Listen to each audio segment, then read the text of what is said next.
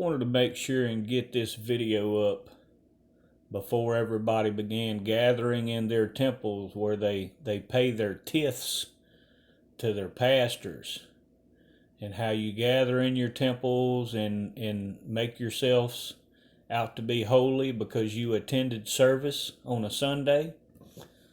I wanted to point out a piece of scripture that is extremely relevant, especially in these times, which is Hebrew chapter 13, verse 2.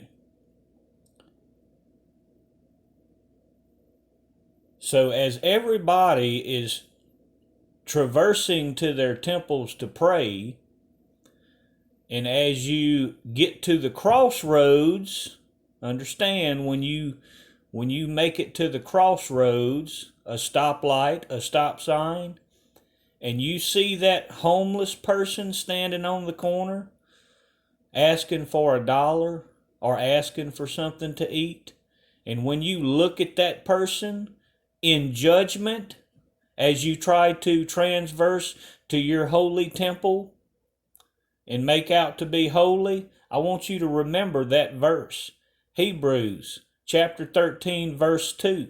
It's very important. It's extremely important in these times, because while you believe yourselves to be holy, gathering in your temples, you're entertaining angels. These ones that you believe are drug addicts, many of these ones, they're angels all among you people right now. And as you look at them in judgment, they see straight through your soul, and you're being measured. So while you believe you're being holy and judging this person, saying to yourselves, because we know what you say, I'm not going to give that person any money because he's just going to go spend it on drugs, or he's just going to be spending it on alcohol. You're being measured, people. You're being tested. Your humanity in these times is being tested. And they're all around. This flood of homelessness isn't what you think. This is the test of humanity, of mankind's humanity, in seeing what direction the Lord is going to take things. So as you're willing to go to your church and give your pastor, and I'm not against that, but if you're willing to go give your pastor some money when he's already got a big building or wears a fancy suit, or more importantly, the ones that would send your money to these false prophets, believing that God is going to show you favor because you sent the false prophets your almighty dollars, guess what? That angel that's standing at the crossroads of your life, that's looking at you as you look at him in judgment, you're being judged in that same time of your crossroads. Another important scripture I want to point out, because there would be many, as it relates, there would be many that would argue against this. They argued against this in John chapter 5, when Jesus healed a man on what's known as the Sabbath. This is your works, people. This is your works. So don't believe when you go to your temple and are willing to hand money to a pastor that you can pass by that individual that's asking for help, that's asking for healing or a good word, and you simply look at them in judgment. You're being judged at the same time that you're judging. Just know that.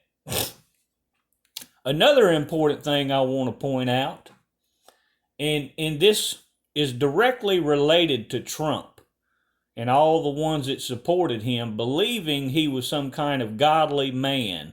Now, his family were foreigners, were foreign immigrants that came to America. That's a fact. His wife, Melania, was a foreign immigrant that came to America. And this is the same man that would stoke anger and stoke division among the people against foreigners that come into this United States for a better life, because they did the exact same thing. Trump and his family did the exact same thing, as did Melania, as did many. They weren't legitimate citizens when they arrived here. They had to earn that. But see that Trump was judging and stoking anger and wanting to build a wall. Let me show you the scripture that relates to that. Specifically, the scripture. Leviticus chapter 19, verse 34. Read that very careful and see that it relates and tells you how to treat the foreigners of your nation. Now you understand why Trump was removed.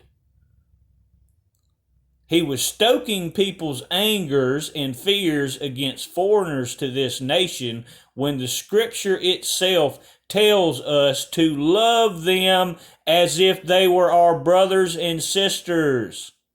Because they are. The foreigners are our brothers and sisters. And I got news for you, people. What you believe is a curse, what you only think is a curse, these immigrants that are coming over, might be a blessing in disguise. You don't realize what God's plan is for them. So when you look at something in a negative light and believe it's a curse, just know that it might be a blessing in disguise. Be sure, as you go to your temples today and you make it to that crossroads and you see that person, know that that person might just be an angel looking straight through your soul, testing your humanity, as you look at them and say to yourself, I'm not going to help them because they're just going to spend it on drugs or alcohol. Humanity's being tested in these times, people.